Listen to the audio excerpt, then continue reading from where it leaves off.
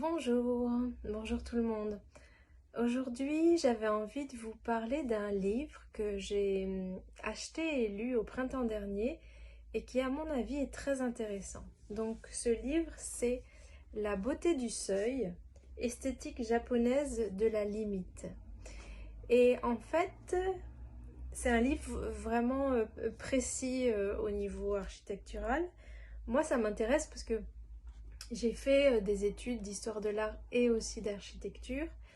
Et tout mon travail sur le corps, il y a aussi un travail d'architecture du corps qui est, que je mets en parallèle avec l'architecture en général, mais aussi l'urbanisme et la façon dont on vit ensemble en fait.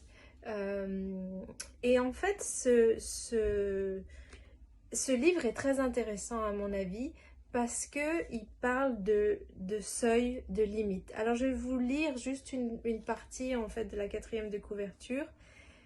Donc, la beauté du seuil, esthétique japonaise de la limite. Établir une limite est l'un des concepts majeurs de la pensée de l'espace-temps japonais, l'une des racines de son esthétique. Dans les sanctuaires et les maisons, cette notion du seuil, du kekai, conduit l'agencement de la charpenterie et des ouvertures tout en guidant la conception des jardins, des paysages, de la peinture, intimement liés à la littérature, au rite, ou à la poésie. Et en fait, j'ai adoré lire ce livre parce que j'ai fait des parallèles avec ce que je vous propose dans les programmes du Périnée autrement, où on travaille en fait cette notion de limite au niveau de notre base, au niveau de notre périnée. Et moi, c'est ce que j'appelle les frontières aussi. Parce qu'il y a un rapport aussi avec la géographie, la géopolitique, etc. Voilà. Et en fait, c'est important en fait toujours de faire ce lien entre micro-macro et macro et micro. Et au niveau de ces frontières que j'appelle poreuses, qui devraient être poreuses, c'est un long cheminement en fait pour comprendre aussi pourquoi il y a des frontières qui devraient être poreuses à cet endroit-là. Je ne vais pas développer ici. Mais ce qui est sûr, c'est qu'en fait, on ne nous a pas appris pour la plupart du temps de mettre en place ces limites et ces frontières au niveau de notre base. Et donc, qu'est-ce que ça engendre? Ça engendre qu'on n'arrive pas à se placer par rapport à soi-même, par rapport à l'autre. Dans l'intimité, alors l'intimité, c'est pas que la sexualité. L'intimité, c'est très vaste. Mais c'est aussi, on n'arrive pas à se placer aussi et à gérer les énergies au niveau de l'intimité et aussi en fait au niveau de la sexualité, mais pas uniquement en fait. Il y a aussi notre relation avec l'extérieur.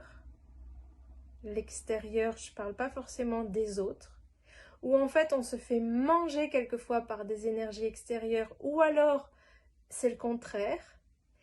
Et par rapport aux autres aussi, il y a cette notion où en fait, soit on va se faire manger par les autres au niveau de à différents niveaux, au niveau de la présence, au niveau des mots, au niveau en fait des énergies qui sont dégagées, ou soit on va manger les autres. Et en fait, c'est toujours très difficile de se positionner et d'être lucide par rapport à tout ça parce qu'on n'a pas les outils. Et surtout qu'on ne les a pas reliés à la base, à notre base corporelle. Et donc il y a une notion de seuil. Il y a une notion de seuil qui n'est pas suffisante de remettre en place que d'un point de vue intellectuel. C'est pas suffisant. Il y a vraiment, à mon avis, à mettre en place ça aussi d'un point de vue intérieur et corporel. Et ça, c'est c'est important pour tout le monde. Alors je donne un exemple, c'est aussi très important pour les gens qui sont très sensibles et qui sont des éponges et n'arrivent pas à mettre en place ces frontières poreuses et ce seuil. Donc soit ils captent tout ce qui les entoure et ça les envahit, ou soit aussi il y a quelque chose de l'ordre de la bulle, quelque chose qui se renferme, et puis on n'est pas vraiment en lien avec l'extérieur, et d'ailleurs on ne donne pas. On n'est pas dans le recevoir, donner, donner, recevoir, ça a aussi un rapport avec ça.